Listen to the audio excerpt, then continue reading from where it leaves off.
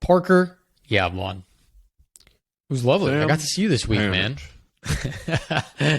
I got to see you in person this week, and guess what? We talked almost not at all about Elevation Nation, which was refreshing. I don't know if you agree, but we had dinner, we talked about life, we talked about spiciness of food, and we had a great time. And that was really nice. I missed that, dude. It was good. I'm glad you thought it was a great time because I didn't think it was a good time. You know, the shade you throw at me in our friendship. No. I'm just kidding. Because, no. You've thrown shade now multiple times at our friendship. And my mom listens to every single one of these. So like last time when I was coming to New York and you said you wouldn't want me to stay with you, she called me and said, don't stay with Parker. It doesn't sound like he wants you to stay with him. So your words hold weight, Parker, especially on this podcast where we're projected to the world, and it's hurtful. I just want you to know that. Well, Sherry, all I got to say, Elevation Nation, talking to Sherry Panitch right now. I love your son. However, I did bully him last week into changing his room up because he got rid of his virtual bookshelf or whatever you want to call it, painting thing. Now it's a new picture. It's a long time coming. We don't know what's going to happen with Sam's books.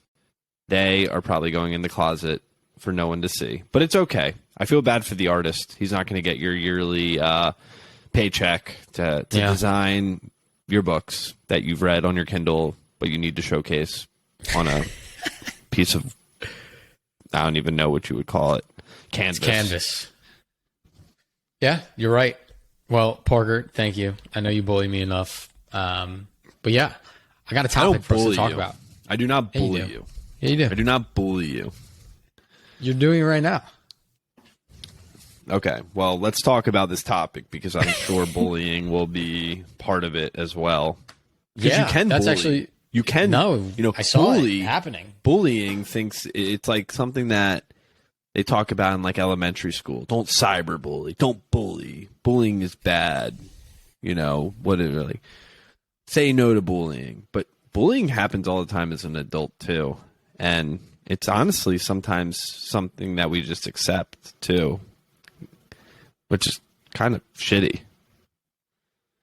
It is, and it's a good segue into the topic I want to talk about today, which is treating everyone with respect and the benefit of the doubt and human compassion. So I was in New York this week. What a lame topic, Sam. Give us a backstory why you want to talk about this topic.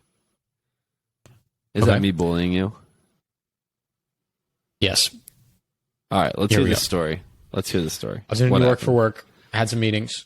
I was flying back late last night. Wasn't supposed to be late last night. Had a 5:30 flight. And our flight got delayed. We were sitting on the tarmac, and we sat there for 30 minutes. You know, captain came on, was being really nice. Flight attendants were doing the best that they could, trying to help everyone. There were 19 people total on the flight. Not a very crowded flight. They were making sure everyone had snacks, everyone had water, everybody was good. 30 minutes turned into an hour turned into 2, 2 hours turned into 3. They finally made us get off the plane and head back to the gate. And of course, people were upset, people were frustrated, no one knew what was going on. But people, unfortunately, direct their frustration to the only people there that represent the airline, which are the pilots and the flight attendants. And from me being the youngest person on the flight by far, traveling for work, it's interesting to see how older adults who maybe have traveled more handle some of the stress that comes with business travel. And, you know, it was upsetting to see how some of these adults treated other adults, other flight attendants who probably make a lot less money than them, probably are away from their families a lot, have been traveling and can't control the weather. You know, to see grown adults being rude, being snappy, being snippy, and raising their voices at these people was a little bit ridiculous. And the guy next to me on his flight really freaked out at the flight attendant because there was a stain on the seat and it got on his pants. There was some food or something left over from the flight before. And he freaked out, And the flight attendant got on his hands and knees and was scrubbing this stain off for this guy while the guy like stood over him saying like, "You're not going to get that out with water, man. Like, what are you doing?" While this poor guy is like trying to clean this seat for this dude. And it's like, I get it. You pay a lot of money for your flights. You travel a lot, frequent flyer, whatever. He's a flight attendant. He's doing his best. He's not a professional cleaner. He doesn't have all the tools. He's got like napkins and hot water. Like, cut the dude some slack. And I think if we all just have a little patience and a little more empathy with other people, I think the world would be a lot better place. So don't take a deep breath when you're frustrated and just don't direct it on other people because it's effed up. That's my lesson of the day. Okay. That sucks. First of all, that you had to wait for 4 hours, but I mean, to be honest with you, I'm not shocked by your story at all. I'm not shocked to hear that people reacted in that type of way, in that fashion. I think when, people put down money and they are constrained by their freedoms because they're not, their time has been transferred and directed by something else, something out of their control. In this case, they are going to get to where they're going 4 or 5 hours later than they were supposed to. People get frustrated and deflect their frustration elsewhere because there's no... I think it's very difficult to hold it in and not try to figure out what's going on. Like, there's a difference between figuring out what's going on and being an asshole about it and actually, like, "Oh, what do you mean? Like, I want my money back," like this and that. I think it's just really interesting that you bring that up because I've seen that many times before, and it's there's a part of me that's like, you know what, I've been in that situation where I've been frustrated and I've, maybe showed that frustration to other individuals. But then there's the other part, like, what does that even do? It doesn't do anything. It doesn't get you any further. It just probably makes you feel a little bit better. And that's why it comes back to being a bully, and that's why we were talking about at the beginning, because that's all it is. The bully really doesn't really get anything out of it besides his or her feeling that they get from deflecting criticism, hate, lack of empathy on another person. They're not getting anything. Like, did anyone in your flight get anything? Like, what did they get as a result of that, Sam? Was there anything physical? Oh, what did they get their $250 voucher or a free drink? Or, like, people are just frustrated.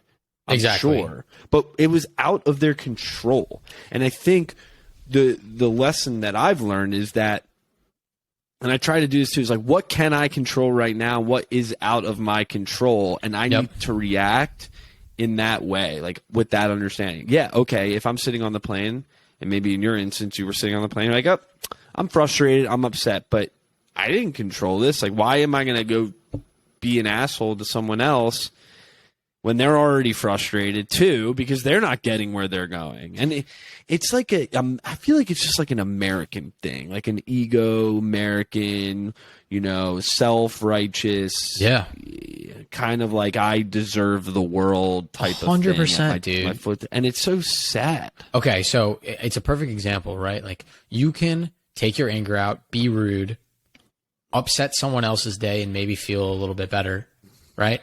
And get the end result of, to your point, they gave us airline miles. Like, they gave us free miles for this inconvenience, right? I didn't complain. I smiled and thanked the flight attendant. I got all the miles. The guy next to me, who was bitching and moaning and being rude, also got the miles. My blood pressure was a lot lower than his. Yet I got all the being all scientific here. No. But I'm just saying, like, I didn't get stressed. Like, it is what it is, and you're out of your control. And let me take one more example. So when they let us back into the airport, right? We didn't know when we were going to fly out, so I ran to go get some food. Went to the burger place that was right there, and I asked the guy, "Hey, my flight might board in like 15 minutes. I don't know yet. Do you think by chance this is going to be ready in 10 or 15 minutes?" And he said, like, "Yeah, like, it should be, no problem." And so I was joking with the guy taking my order. Said, "Okay, well, like, if I'm not here to take it, it's yours, man. Like, enjoy. I'm not going to be here. Like, I ran on my flight." And so he was laughing, whatever. And when my name got called, he remembered my name. He like brought my food out to me. We were laughing. He's like, guess I don't get to eat tonight. Like dapped me up, right? And said, hope you have a great flight, right?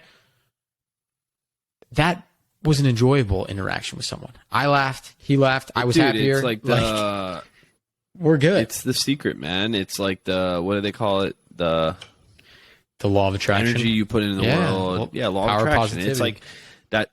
That's like right there, and it's all. But it's just like you can see it when someone goes to a restaurant too, and someone brings out their wrong food or like whatever. Like, just freak out. Yeah, relax. Like, chill out. Yeah. It's not like you're the center of the world, and you're like, yeah, they messed up your meal. Okay, great. We're gonna fix it. Not everyone's perfect, but we have these ideas in our head that because we're paying for something, we expect perfection. We expect to get the best experience because you know what's really crazy? Oftentimes we do get really good experiences. Oftentimes we do get our expectations fulfilled. Oftentimes we get excellent service. And that is like the privilege that we live, is that usually things are going the way they should and we expect it. And when they don't, that's when people deflect hate and blame and, all that other stuff that we're talking about. And I think it's interesting, and it takes a lot of self-awareness and mental fortitude, if I'm putting it out there, to just, even if you're the most frustrated person in the entire world, just like center yourself, relax, like chill. Like, what's the worst? What's happening here? Is anyone dead? Is the world going to end? Are you sick? Are you like what's the worst gonna happen? You're gonna miss your you're gonna get home late. Like, okay, great. Yeah. I completely agree. And of course I'm obviously skewed in my perception because I didn't have like kids waiting for me or, like a family to get back to. I just like came home and went to bed and was able to work from home. I just think like if the situation is going to be what it is, you could be the happiest person in the world, right? You could take it like, oh my God, whatever, life is whatever. Or you could be the complete opposite. You could be the most miserable, frustrated person in the world. At the end of the day, the two individuals on both sides of the spectrum are in the same exact situation. There's one way to look at it and there's another way to look at it. It ain't changing regardless of the way you look at it, I promise you. Yeah.